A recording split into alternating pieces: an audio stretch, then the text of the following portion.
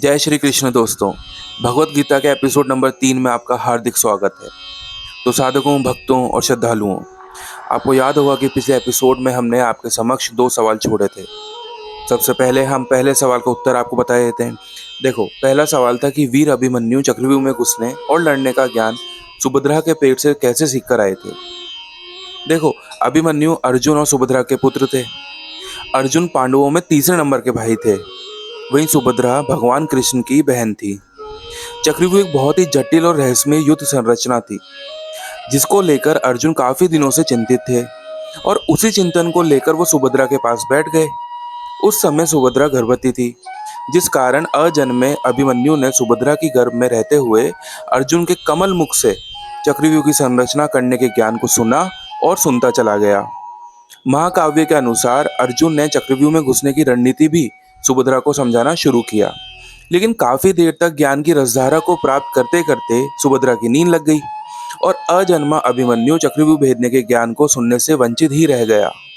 वध की आवाज चैनल के गीता परिवार की नैतिक जिम्मेदारी पिछले एपिसोड में छोड़े गए सवालों का जवाब देना और वीर अभिमन्यु के शौर्य, समर्पण और अधूरे ज्ञान ने किस तरह से महाभारत को महाकाव्य में तब्दील किया, वो बताना है। वहीं हमने आपसे दूसरा सवाल किया था कि अभिमन्यु की निर्मम हत्या से गुस्साए अर्जुन ने कौरवों के खिलाफ क्या प्रतिज्ञा ली थी। जी हाँ, इसका सही उत्तर खोजने पर पता चलता है कि महाभारत में जब अर्जुन को पता चला कि कौरवों ने उनके पुत्र अभिमन्यु की छल पूर्वक निर्मम हत्या कर दी है, तो उन्होंने प्रतिज्ञा ली कि वह अगले दिन सूर्य से पहले जयद्रथ का वध कर देंगे। जयद्रथ ने युद्ध के दौरान अन्य योद्धाओं के साथ मिलकर अभिमन्यु को चक्रव्यूह में फंसाकर उसकी हत्या में महत्वपूर्ण भूमिका निभाई थी। अर्जुन की इस प्रतिज्ञा ने कौरवों में भय उत्पन्न कर दिया और युद्ध की परिस्थितियों को एक नाटकीय रूप में तब्दील कर दिया। महाभारत के युद्ध में अर्जुन ने जयद्रथ को मारने के लिए अद्वितीय कौशल और रणनीति का प्रयोग किया। जयद्रथ की सुरक्षा के लिए कौरवों ने कड़ी व्यवस्था की थी ताकि अर्जुन अपनी प्रतिज्ञा पूरी न कर सके। दिन भर भीषण युद्ध चलता रहा और सूर्यास्त का समय नजदीक आ गया।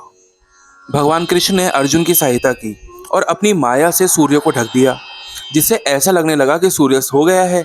कौरवों ने जयद्रथ को सुरक्षा घेरे से बाहर आने दिया, क्योंकि उन्हें लगा कि अर्जुन की प्रतिज्ञा असफल हो गई है।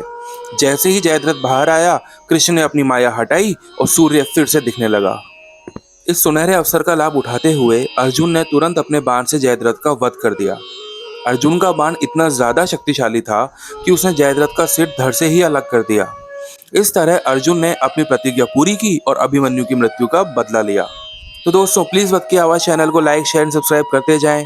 और जाते थे हम आपसे पूछना चाहेंगे कि क्या जयद्रथ का वध करने के लिए कृष्ण भगवान द्वारा सूर्य को डुबाना और उगाना किसी सोची समझी साजिश का हिस्सा थी, या छल का सहारा लेकर अर्जुन को विजयी बनाना था। जय हिंद, जय भारत, जय श्री राम।